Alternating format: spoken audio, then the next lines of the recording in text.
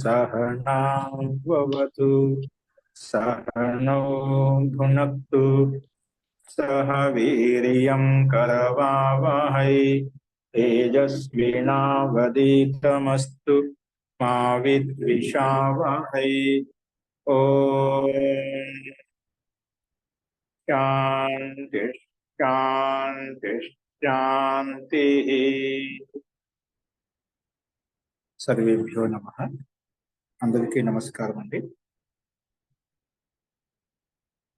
మనము ప్రౌఢ దర్శనానువాద కౌముదిలో అభ్యాసం 24 చెప్పుకుంటున్నాము. అందులో తెలుగు వాక్యాలకు సమాధానాలు మనం చూస్తున్నాము. తెలుగు వాక్యాలకు సమాధానం చూడండి. అందులో నిన్న మనము కాబిందులో 12వ వాక్యం 11వ వాక్యం వరకు చూసాము. అంతే కదా?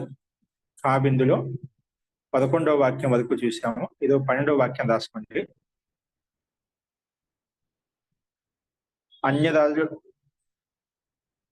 అన్యదాలు ఇచ్చినటువంటిది నాకు కూరకు పప్పుకే సరిపోతుంది, కూరకు పప్పుకు మాత్రమే ఉంది, అలాంటి వాక్యం చెప్పుకున్నాము. దానికి సమాధానం కింద ఇచ్చారు చూడండి. సంకేతంలో 12వ వాక్యం అన్యై నిరుపాలై, అన్య రాజుల ద్వారా ఇవ్వబడింది. అన్యై నిరుపాలై పరిదీయమానం, అన్యై నిరుపాలై పరిదీయమానం, అన్యై నిరుపాలై పరిదీయమానం శాఖాయవా స్యాత్ లవణాయవా స్యాత్. ఉప్పుకు పప్పుకి ఎదిపోతున్నట్టాం కదా, అలాగా కూరకు ఉప్పుకే సరిపోతుంది అన్నట్టుగా చెప్పబడింది ఇక్కడ వాక్యం. శాఖాయవా స్యాత్ లవణాయవా స్యాత్, శాఖాయవా స్యాత్ లవణాయవా స్యాత్.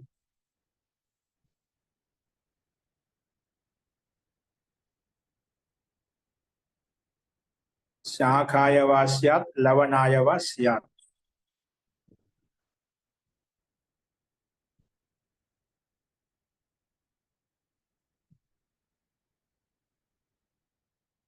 ఓకే, నెక్స్ట్ వాక్యం చూడండి. ఈ 12వ వాక్యానికి కూడా సమాధానం కింద ఇచ్చారు. దేశమే ఉస్కే, నేను ఏ రకంగా అయితే ఎలాగైతే నేను అతని పట్ల ఆలోచిస్తున్నాను, ఆమె కూడా నా పట్ల అలాగే ఆలోచిస్తుందా? ఆమె కూడా నా పట్ల అలాగే ఆలోచిస్తుందా? ఆ వాక్యానికి సమాధానం చూడండి, కింద చూడండి. కిం నో ఖలు యథా వయం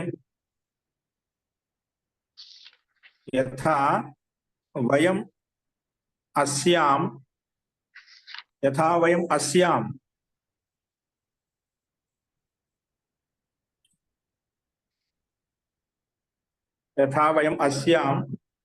ఏవం ఇయమపి అస్మాన్ ప్రతి స్యాత్. ఏవం ఇయమపి సంధి చేసి ఇక్కడ కల్పమని చెప్పబడి, ఏవం ఇయమపి అస్మాన్ ప్రతి స్యాత్, ఏవం అలాగే, ఇయమపి ఈమె కూడా, అస్మాన్ ప్రతి స్యాత్ ఆమె కూడా అలాగే నా పట్ల ఉందా? వయం స్యాం నేనైతే ఎలాగ ఉన్నానో, ఏవం అలాగే, ఇయమపి అస్మాన్ ప్రతి స్యాత్ నా పట్ల అలాగే ఉందా అనే భావంలో. కిం ను ఖలు యథా వయం అస్యాం, యథా వయం అస్యాం కామ పెట్టేసి ఏవం ఇయం అపి అస్మాన్, ఇక్కడ విడగొట్టాను నేను. ఏవం ఇయమప్యస్మాన్ సంధి చేసి చెప్పబడింది ఇక్కడ. మీరు స్పష్టత కొరకు అర్థమైతే చూసి కలిపి రాసుకోండి, లేకపోతే ఏవం ఇయం అపి అస్మాన్ అలా వస్తుంది. ఏవం ఇయమపి అస్మాన్ ప్రతి స్యాత్, అస్మాన్ ప్రతి స్యాత్. ఓకే, ఇది మనకు 12వ వాక్యం యొక్క సమాధానం. అంతిమ 14వ వాక్యం చూడండి. ఆ బిందువు యొక్క అంతిమ వాక్యం. సూర్యుడు ఉదయించాడు, సూర్య ప్రాదురాసీత్, కింద ఇచ్చాడు పక్కనే ప్రాదురాసీత్, సూర్య ప్రాదురాసీత్.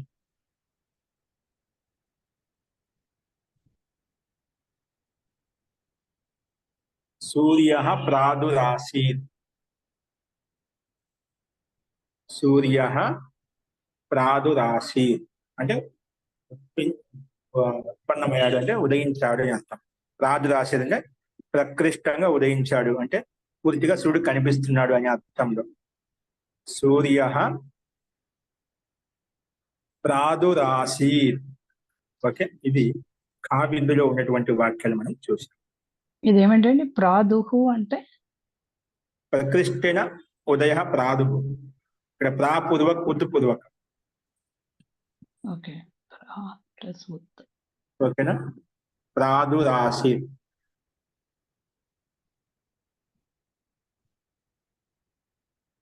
ప్రా ఆంగ్ పూర్వక్,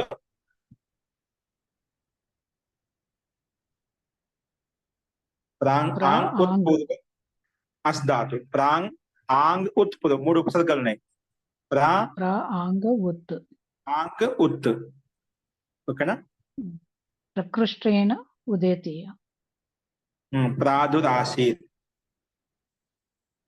అంటే ఇక్కడ ఉదయించనే అర్థానికి ప్రాదురాసీత్ ప్రకృష్టంగా ప్రకృష్ణ ఉన్నయనం అంటే ఉదయించడం అనమాట. అంటే ప్రకృష్ణ బాగా సూర్యుడు పొద్దెక్కాడు అంటుంటే కదా, అలాగే కనిపిస్తున్నాడు. సార్ ప్రా ఆంగ్ ఉత్ ఆసీత కాలంలో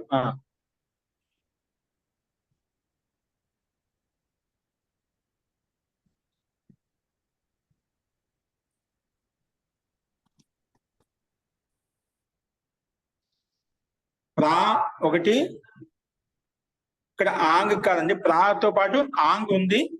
ప్రా ఆంగ్ దురు ఉండేది, దురు ఉపసర్గం. స్వాది ఏంటి ఉపసర్గం? నేను దూర్ అంటాం కదా ఉపసర్గాలు, బుద్ధు కాదు, దురు ఉపసర్గం. ఏంటి? ప్రా ఆంగ్ దుస్, దుస్ దురు ఉపసర్గం. ఓకేనా? ప్రా ఆంగ్ దుర్ అస్ధాతు.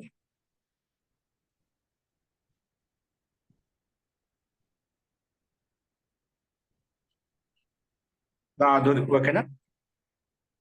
నెక్స్ట్ గాబిందు చూసుకోండి. ఈ గాబిందులో ద్వంద్వ సమాసం ఉపయోగించి వాక్యాలు మనకున్నాయి. ద్వంద్వ సమాసం కొన్ని వాక్యాలు చెప్పుకున్నారు, దాన్ని ఆధారం చేసుకుని ఈ వాక్యాలు రాసుకోండి. దుర్యోధనుడు భీముడు, దుర్యోధనికి మరియు భీమునికి గదా యుద్ధం ప్రారంభమైంది.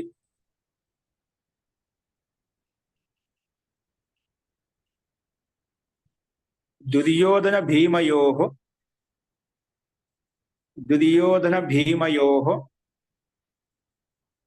గదా యుద్ధం ప్రారభత్.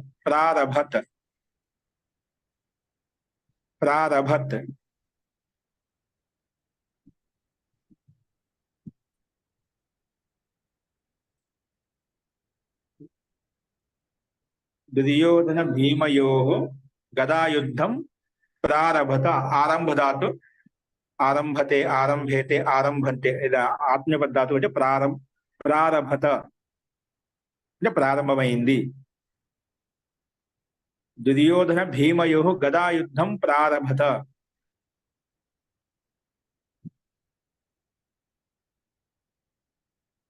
అస్తు.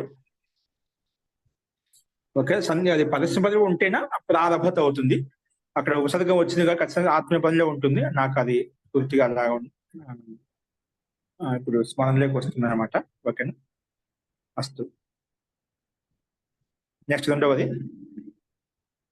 అతిథి కొరకు పత్రము పుష్పము మరియు పండ్లు తీసుకొనిరా. అతిథయే పత్రాని పుష్పాని ఫలాని చ ఆనయ. అతిథయే రెండో వాక్యాన్ని పత్రాని పుష్పాని ఫలాని చ ఆనయ. పత్రాని పుష్పాని ఫలాని చ ఆనయ. ఓం ఆచార్యజీ. ఓకే అండి. నెక్స్ట్ రాముడు లక్ష్మణుడు అన్నదమ్ముల ప్రేమకి మూర్తి స్వరూపుడు. ఏంటండి? ఇది ఒకసారి రిపీట్ చేయరండి ప్లీజ్. అతిథయే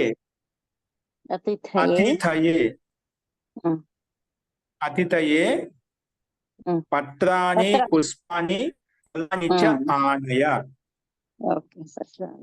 పత్రాని పుష్పాని ఫలాని చ ఆనయ.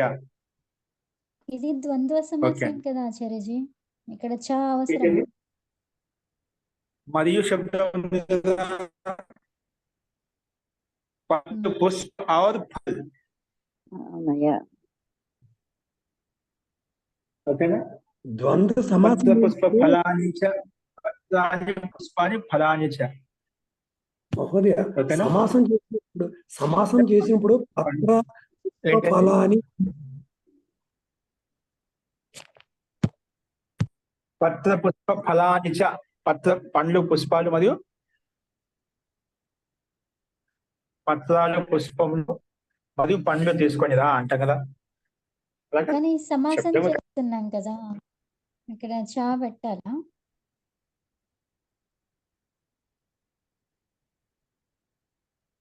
ద్వంద్వ సమాసం ఉపయోగించి అంటున్నారా? ఓకే, ఆ రకంగా తీస్తే మనం శాశ్వతం తీయచ్చు అనమాట. విగ్రహవాక్యం ఎందుకు ద్వంద్వ సమాసం ఉపయోగించాలి. పత్ర పుష్ప ఫలాని చ పత్ర పుష్ప ఫలాని ఆనయ. అస్తు మహోదయ. ఓకే, పత్ర పుష్ప ఫలాని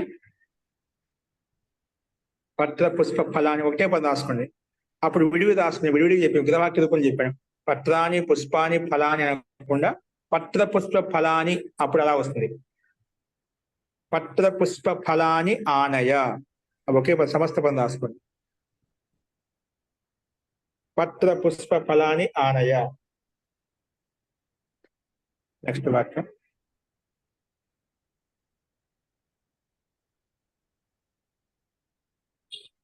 రామ లక్ష్మణ భరతాః. ఇంకో సమాసం చేద్దాం. రామశ్చ రామ లక్ష్మణ భరతశ్చ అనకుండా రామ లక్ష్మణ భరతాః. రామ లక్ష్మణ భరతాః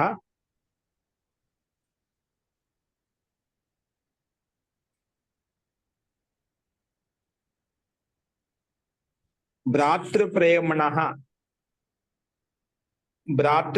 అంటే తల్లిదండ్రుల అన్నదమ్ముల ప్రేమకి మూర్తి స్వరూపాః.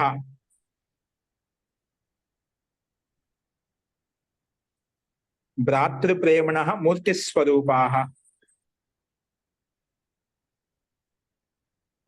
భ్రాతృప్రేమణ మూర్తయ. మూర్తయ అంటే మూర్తి స్వరూపులు అర్థం వస్తున్నాడు. మూర్తి అంటే మూర్తి స్వరూపులు అంటే అలాగా స్థిరమైనది జ్ఞానం కలిగిన వాళ్ళని చెప్పి ఏం చెప్పాను? రామ లక్ష్మణ భరతాః భ్రాతృప్రేమణ. ప్రేమణ శబ్దం అన్నమాట. ప్రేమణ వస్తున్నాడు. భ్రాతృప్రేమణ మూర్తయ అంటే మూర్తయ అంటే మూర్తి స్వరూపులు అనమాట.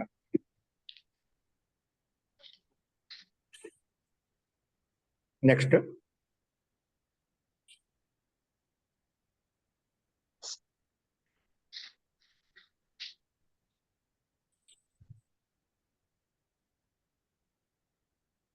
మోర్ని మొదగ మయూరి కుక్కుటాః. వస్తుంది సమాసం చేద్దాం. మయూరి కుక్కుటాః వనే విచరంతి లేదా భ్రమంతి. మయూరి కుక్కుటాః మయూరి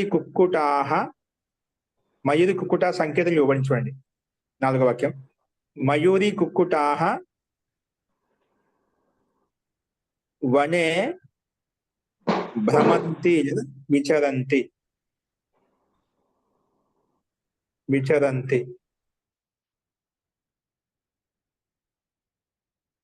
నెక్స్ట్ వాక్యం.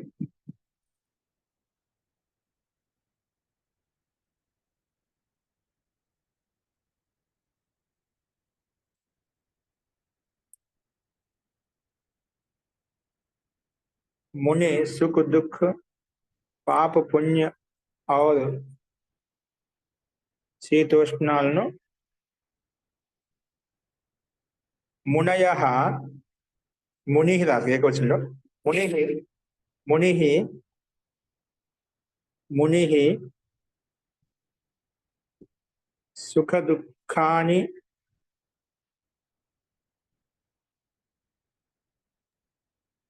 సమస్త పాప పదంలో పుణ్యాని సుఖ దుఃఖం కదా, ఏంటండి సుఖ దుఃఖము పాప పుణ్యము అలా రాదు. అంటే ఏకవచనం చెప్పిన బహువచనం చెప్పిన అంటే సార్ ఏకవచనం రాసుకోండి. సుఖ దుఃఖం పాప పుణ్యం శీతోష్ణం అలా రాసుకోండి. సుఖము దుఃఖము ఒకటే ఉంది కదా, సరే ఏకవచనం పెట్టినాడు పర్వాలేదు. బహువచనం అలాగే సుఖ దుఃఖాన్ని పాప పుణ్యాన్ని బహువచనం అలా చూశాను. ఏకవచనం పెట్టుకోండి, రాసుకోండి. ఏం చెప్పాము? ముని ముని సుఖ దుఃఖం పాప పుణ్యం శీతోష్ణం శీతోష్ణం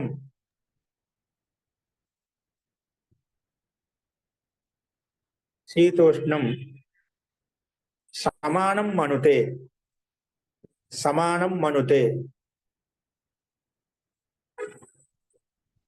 సమానం మనుతే. సమానంగా చూస్తున్నాట. మనుతే అంటే చూడటం అంటే మనుతే శబ్దం కింద ఇచ్చారు. సమానం మనుతే. ముని సుఖ దుఃఖం పాప పుణ్యం శీతోష్ణం సమానం మనుతే. సమానం మనుతే.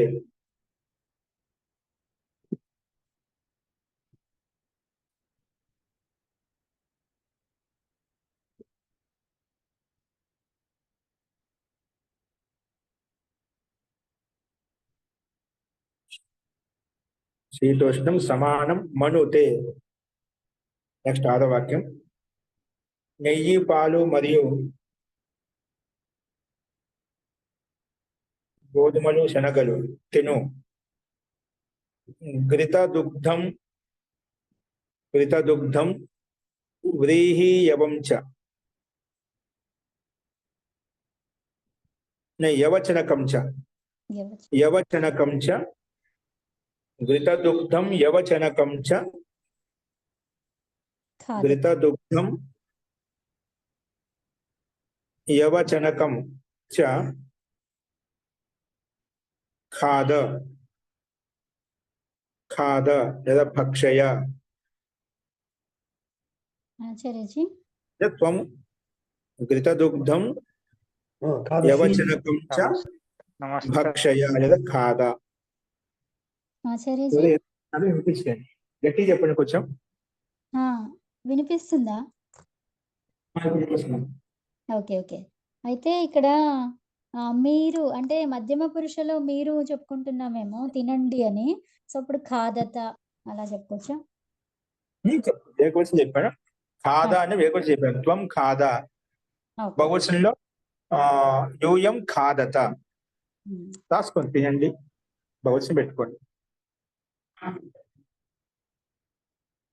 యవచనకం తింటున్నా అని చెప్తే దీంట్లో చా ఉపయోగించండి మరి ఇక్కడ సమస్త పదాల్లో 2 ఉన్నాయి కాబట్టి అలకం ఉపయోగించుకోవచ్చు.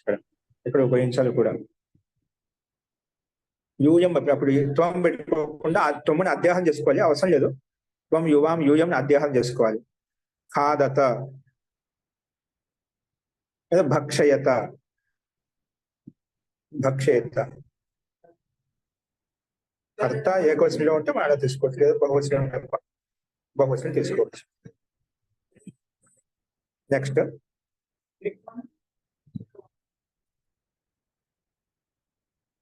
చూడండి. పూర్వాపర మరియు కొంచెం నీచమును ఆలోచించి మాట్లాడు. పూర్వాపరం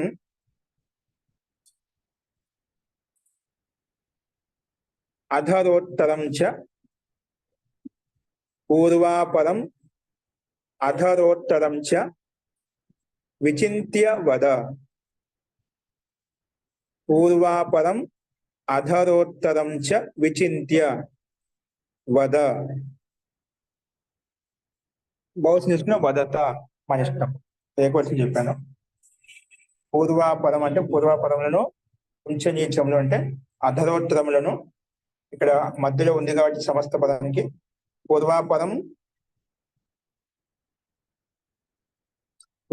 సమస్య పూర్వంకి అపదానికి సమాసం చేశాం. పూర్వాపరం అధరోత్తరం చ విచింత్య అంటే విచారించి, ఆలోచించి, వద. చింతిత్వా త్వం వద, అనొచ్చా? త్వం వద, యూయం వదత. అది వివక్షను బట్టి మీరు రాస్తాం. త్వం అంటే వదత, త్వం అంటే వద, యూయం అంటే వదత. మహోదయ చింతిత్వా అనొచ్చా? పూర్వాపరం అధరోత్తరం చ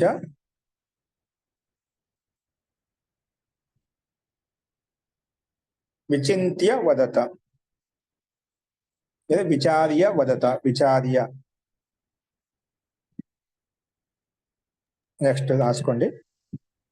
ఆచార్యజీ ఇక్కడ చింతయిత్వా కూడా చెప్పొచ్చా? చింతయిత్వ చెప్పుకోవచ్చు. అంటే ఉపసర్గ లేకుండా. ఉపసర్గ లేకుంటే అక్కడ త్వానే ఉంటుంది. ఉపసర్గ ఉంటే లెప్ వస్తుంది, యా వస్తుంది. అదే వి ఉపసర్గ ఉంటే విచింత్య అని చెప్పాను. విశేషంగా చింతన చేసి, లేదా విచార్య, లేదంటే చింతయిత్వ వద, అలాగూ రాసుకోవచ్చు. ఇక్కడ చింత ధాతుకి ప్రాప్త్యం వస్తుంది, మధ్య ఇటాగం వచ్చి చింతయిత్వ అనే రూపం తయారవుతుంది. అస్తు. నెక్స్ట్ వాక్యం.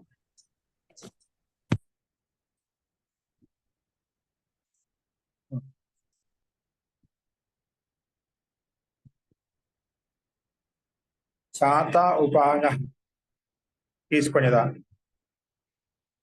రాసుకోండి.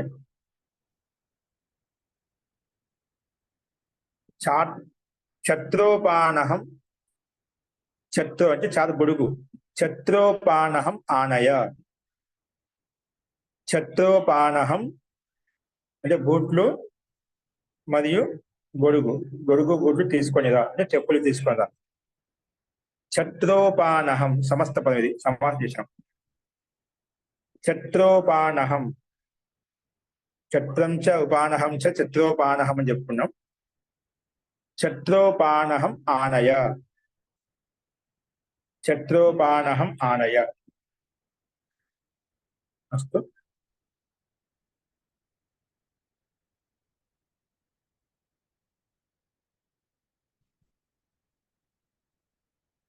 నెక్స్ట్ ఘాబిందు రాసుకోండి. అంతిమ బిందు ఘాబిందు. వైశ్య వర్గానికి సంబంధించి వాక్య నిర్మాణం.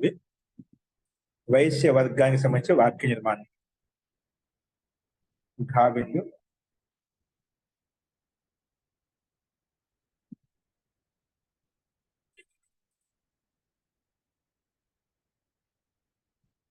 వైశ్య వర్గానికి సంబంధించి వాక్య నిర్మాణం.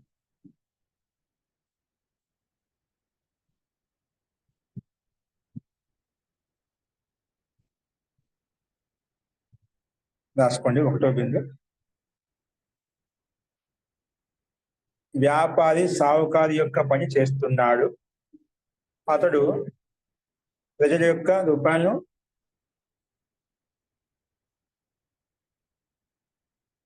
ప్రజలకు రూపాయలు అప్పుగా ఇచ్చి మరి వడ్డీ వసూలు చేస్తున్నాడు. వనియా శబ్దానికి మనకు వనిజ, వనిజ అంటే వారి, వనిక్ అంటే వనిజ వ్యాపారి. వనిజ, వనిజ అంటే వైశ్యుడు తీసుకోవచ్చు, వ్యాపారి. వనిజ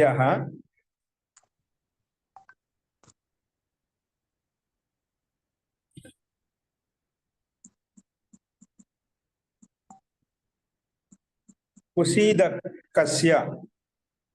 సావుకారి అంటే కుషీదిక. కుషీదికస్య కుషీదికస్య కుషీది కుషీదికస్య కుషీదికస్య.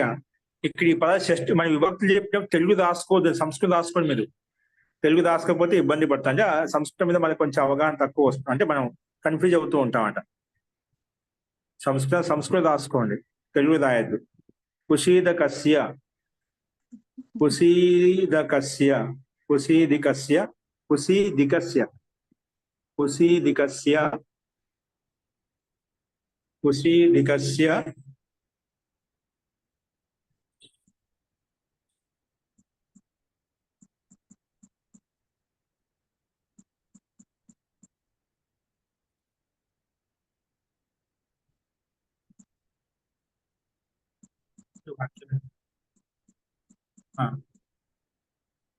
వనిక్ కుషీదికస్య కార్యం కరోతి సహ ప్రజాః కుషీదికస్య అంటే కుషీదికః అన్నది కుషీదికస్య అలా వస్తుంది. కుషీదికస్య అంటే పదం కుషీదకః అంటాం, కుషీదికః ఇచ్చారు. నాకు తెలిసి కుషీదకస్య ఉండాలి. కుషీది శబ్దమే ఉంది కాబట్టి మనం దాన్ని శబ్దకోశంలో దాన్ని ఆర్డర్ చేసుకుని కుషీదికస్య అంటున్నామట. ఓకే, అదే రాసుకోండి, కుషీదికస్య. అస్తు ఉత్తమం.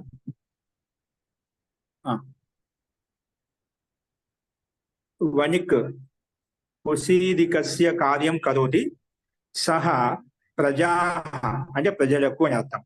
ద్వితీయ భక్తి బహుశలో ప్రజాః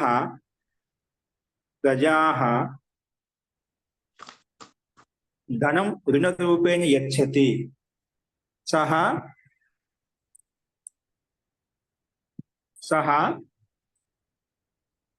ప్రజాః కాదు, ఎందుకు ఇస్తున్నాయి కదా, ఇచ్చారు రావాలి.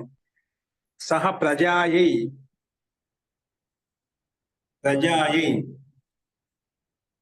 ఇచ్చారు చతుర్థి భక్తి వస్తుందండి. చతుర్థి భక్తి రాసుకోండి. ప్రజాయై అది దానం ఇచ్చినప్పుడే కదా మహోదయ చతుర్థి వాడు. రూపేణ యచ్చతి ప్రజాయై ధనం కింద సంఖ్యను చూసి రాసుకోండి. సంఖ్యను కూడా ఇచ్చారు. ప్రజాయై మనం రాసుకుంటున్నాం, మిగిలిన అంశం కింద ఉంది. ప్రజాయై ధనం రుణరూపేణ యచ్చతి ఇస్తున్నాడు.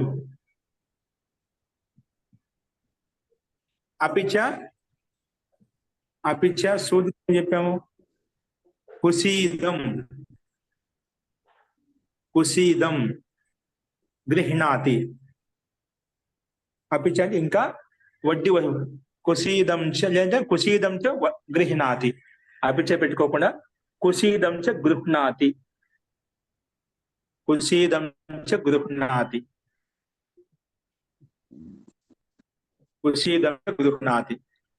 వనిక్ కుషీదికస్య కార్యం కరోతి సహ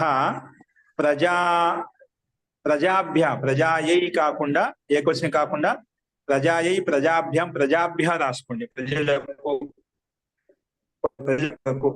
బహువచనం రాసుకోండి. ఏకవచనం చెప్పాను నేను, బహువచనం రాసుకోండి. ప్రజాభ్య రుణరూపేణ యచ్చతి. ధనం రుణరూపేణ యచ్చతి. కుషీదం చ గృహ్ణాతి. కుషీదంలో వడ్డీ కూడా తీసుకుంటాను. కుషీదం చ గృహ్ణాతి. కుషీదం చ గృహ్ణాతి. కుషీదం చ గృహ్ణాతి. కుషీదం చ గృహ్ణాతి.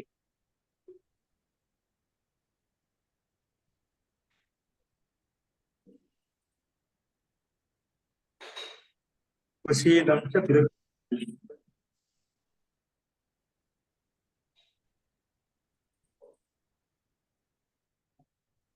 నెక్స్ట్ రెండో వాక్యం. आज బజార్ మార్కెట్ లో అద్య మహోదయ విపణౌ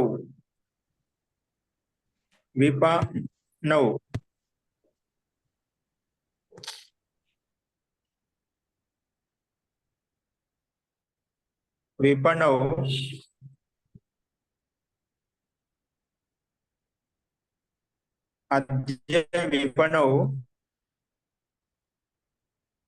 బజార్ అంటే మార్కెట్ అన్నమాట. అద్య విపణౌ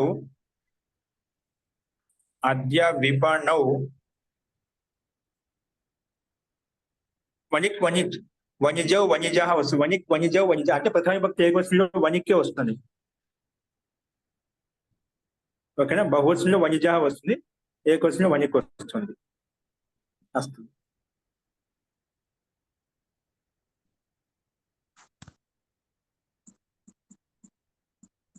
ఏం చెప్పాను? అద్య విపణౌ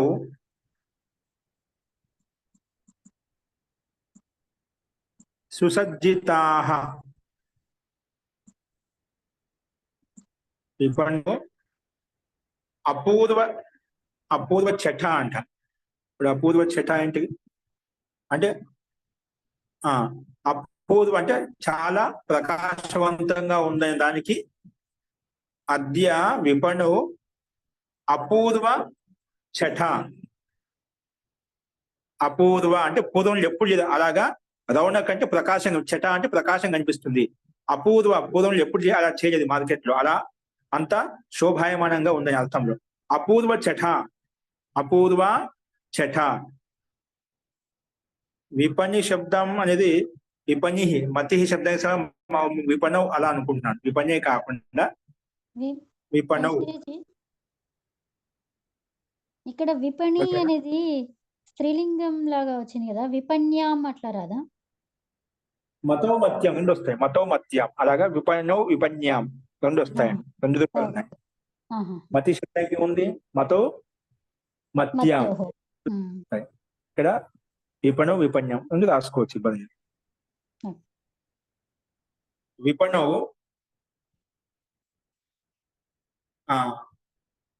అపూర్వ ఛట.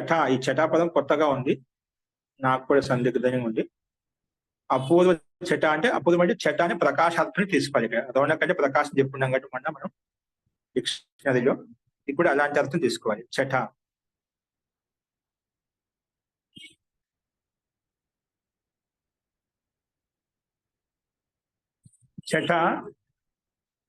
అలాగే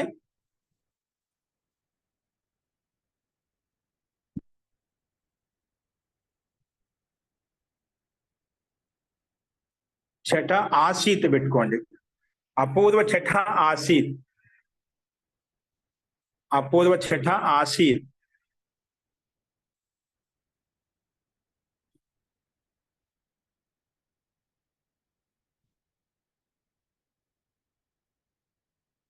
ఛట ఆసీత్. అలాగే ఆపనేషు.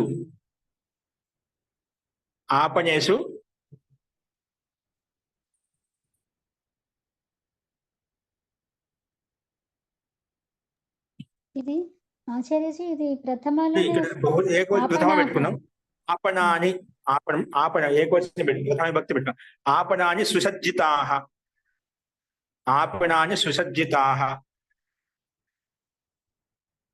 అంటే సుసజ్జితమై ఉన్నాయి.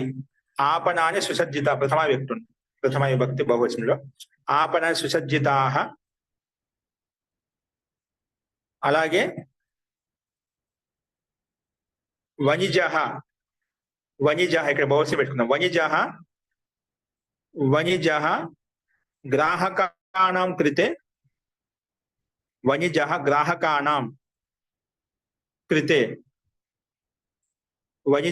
గ్రాహకానాం కృతే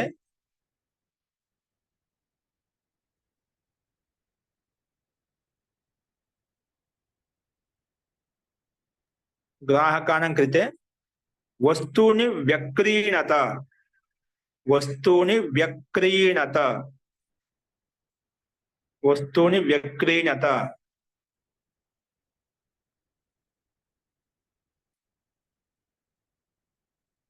తేచ తేచ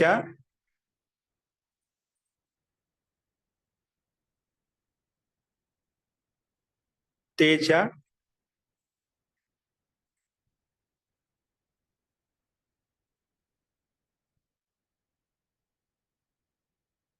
తేచ నగదు కొనుక్కునే వాళ్ళు. రాశిం దత్వా తేచ అంటే వారు, ఇంకా వారు నగదును ఏమంటామంటే రాశి మూల్యం మహోదయ. మూల్యం ఇచ్చారా? మూల్యేన మూల్యేన అక్రీణత మూల్యేన అక్రీణత కొనేవాళ్ళు. మూల్యేన అక్రీణత. ఆచార్యజీ కొనడానికి పణధాతు వచ్చింది కదా, కొనటానికి వచ్చింది పణధాతువు అపణాయన్ అప్పనాని. అపణాయన్.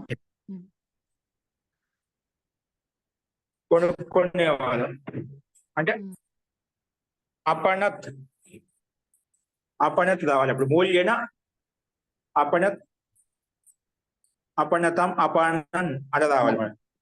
అపణాయన్ బహువచనంలో అపణాని అపణన్ అపణన్ అపణత్ అపణతాం అపణన్. అక్కడ ఏమో ఇచ్చారు? నేను ఆత్మనేపదిలో అపణక్ ఇచ్చారా? పరస్పరం ఉందా ఆత్మపదిలో ఉందా? రెండు ఉన్నాయి దీనికి,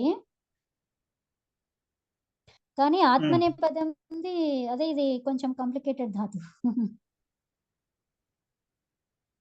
అపణత అపణత అపణంత అలా వస్తున్నప్పుడు మరి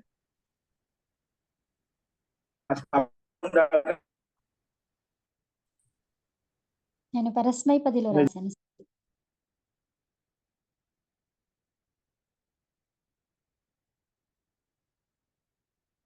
అపణంత ఆచార్యజీ.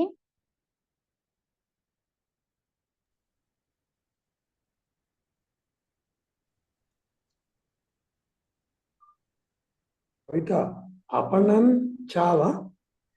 అపణంత అదే అపణంత బహువచనం వస్తుంది.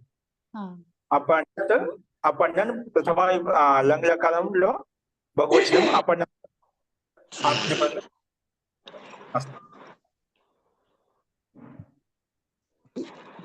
ఇక్కడ మహోదయ అక్రీణత రాసుకోవాలా అపణంతానా? ఏంటండి?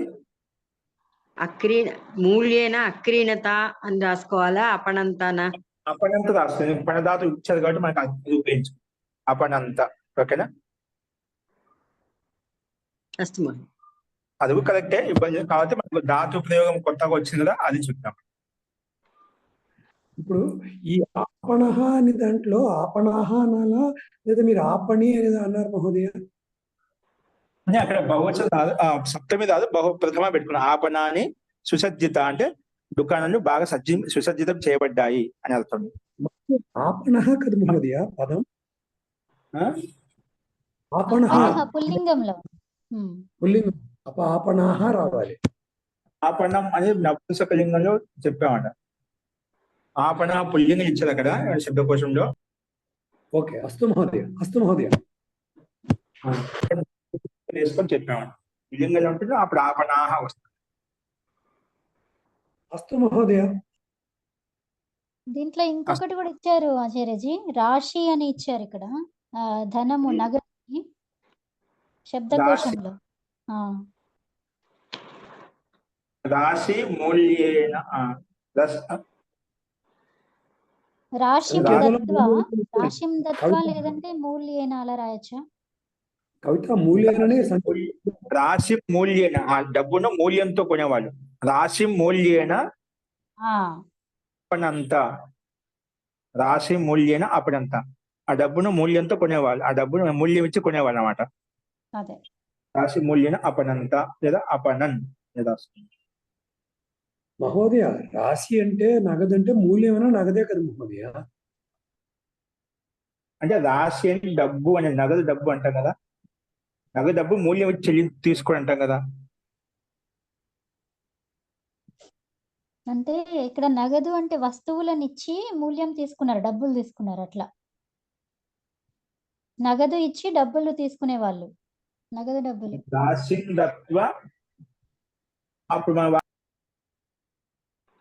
కవిత, నేను రాశిం దత్వా అని రాశాను. స్క్రీనంతా కవిత, నగదు డబ్బు సమానమేవ కదా తత్ర వ్యత్యాసం భవతి వదతు. అస్తు, ఇది నా దగ్గర అకస్మాత్తుగా నేను బయట ఉన్నాను, ఛార్జింగ్ అయిపోవచ్చింది. మిగిలిన ఈ వాక్యం రేపు చెప్పుకుందాం అని అంటే ఎప్పుడే స్విచ్ ఆఫ్ కావచ్చు, అందుకే నేను మనతో పాటు చెప్తాను. ఈ వాక్యం ఏదైతే మనం రేపు చెప్పుకుందాం. మిగిలిన అంశాలు టైం కూడా అయింది కాబట్టి మనం రేపు చెప్పుకుందాము. కాబట్టి స్విచ్ ఆఫ్ అయ్యేలోపు నేను మనతో పాటు చెప్పేస్తాను. ఒకవేళ అలా కంటిన్యూ అయితే చెప్పుకుందాం.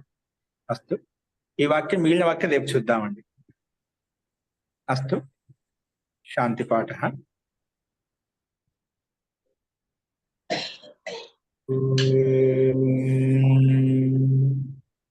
సర్వే భవంతు సుఖినః, సర్వే సంతు నిరామయాః, సర్వే భద్రాణి పశ్యంతు, మా కశ్చిత్ దుఃఖభాగ్ భవేత్. ఓం శాంతి శాంతి శాంతి. సర్వేభ్యో నమః. నమస్తే మహోదయ.